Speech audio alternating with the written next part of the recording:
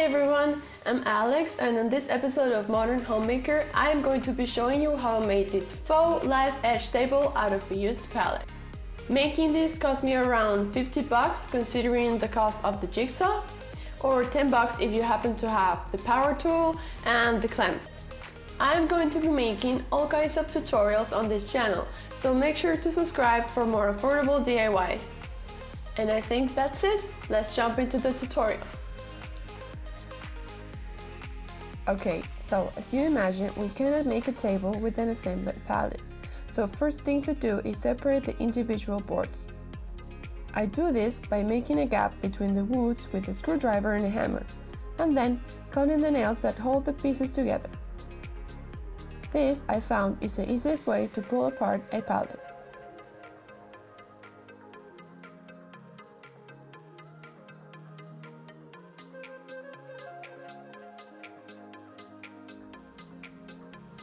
Once that is done, lay as many boards as your clamps can hold together over a protected surface. It is important that you protect the floor, because the glue will most likely bleed the excess down. I tried to match the woods to their neighbors best I could, but this palette wasn't the most cohesive. This will help the boards blend nicely in the final product.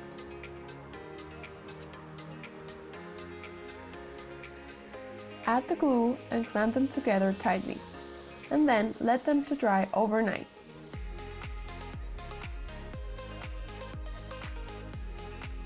Eight hours later.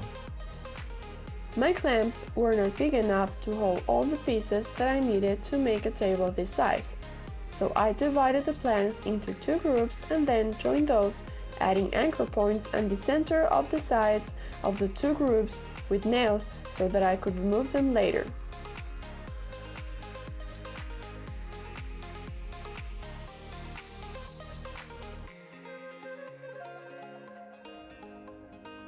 While that dries, we can start working on the leg.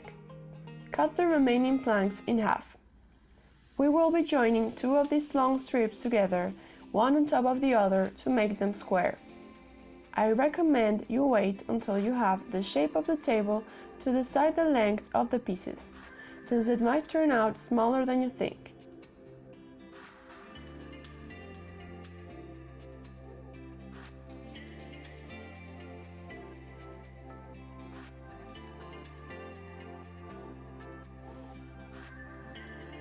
Back to the top.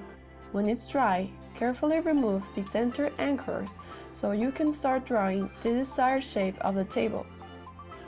I freehanded the drawing, imitating a picture that I printed off the internet, but feel free to print a full-scale version of an online picture for more accuracy. Secure the tabletop and start following the drawn shape with the blade straight down at 90 degrees.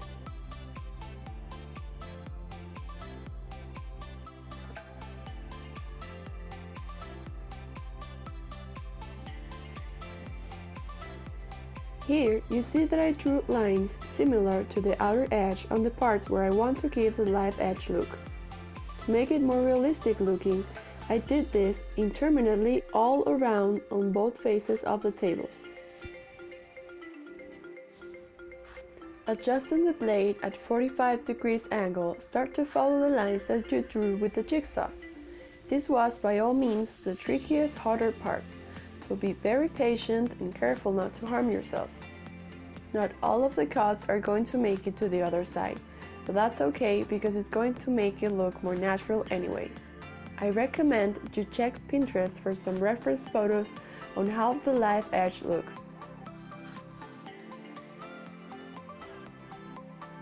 With this tool, I even out the surface of the table to try to melt down the edges of the boards.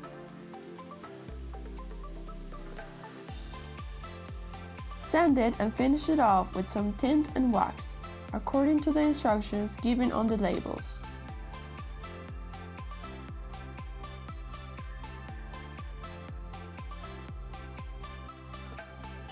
At first, I wasn't a big fan of the color that turned out with this tint, but now it really doesn't bother me. Feel free to choose the finish that most fits your liking.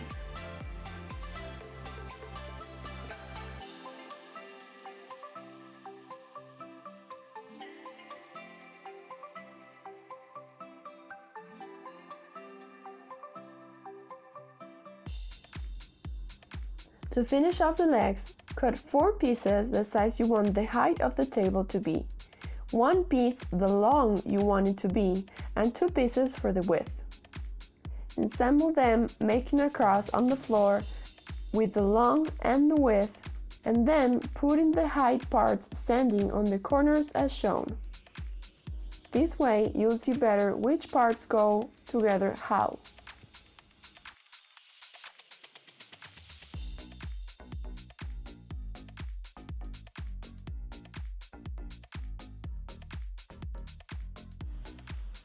Glue them together in batches and sand them down before painting.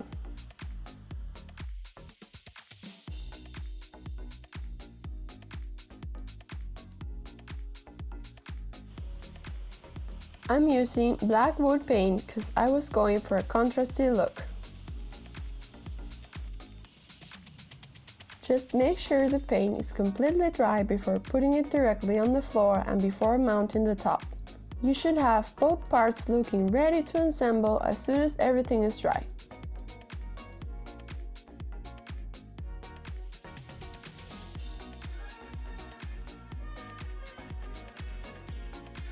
Here's the final result.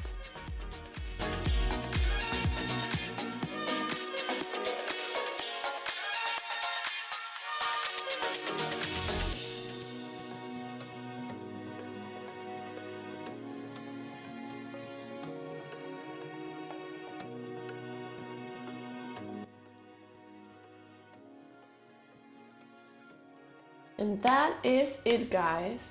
A faux live edge coffee table self-made out of recycled materials. I could not be happier with the result. I hope you try this, and if you do, make sure to tag me on Instagram. The link will be in the description down below. Don't forget to like and check out my other videos for more affordable DIYs like this. And I will see you next time.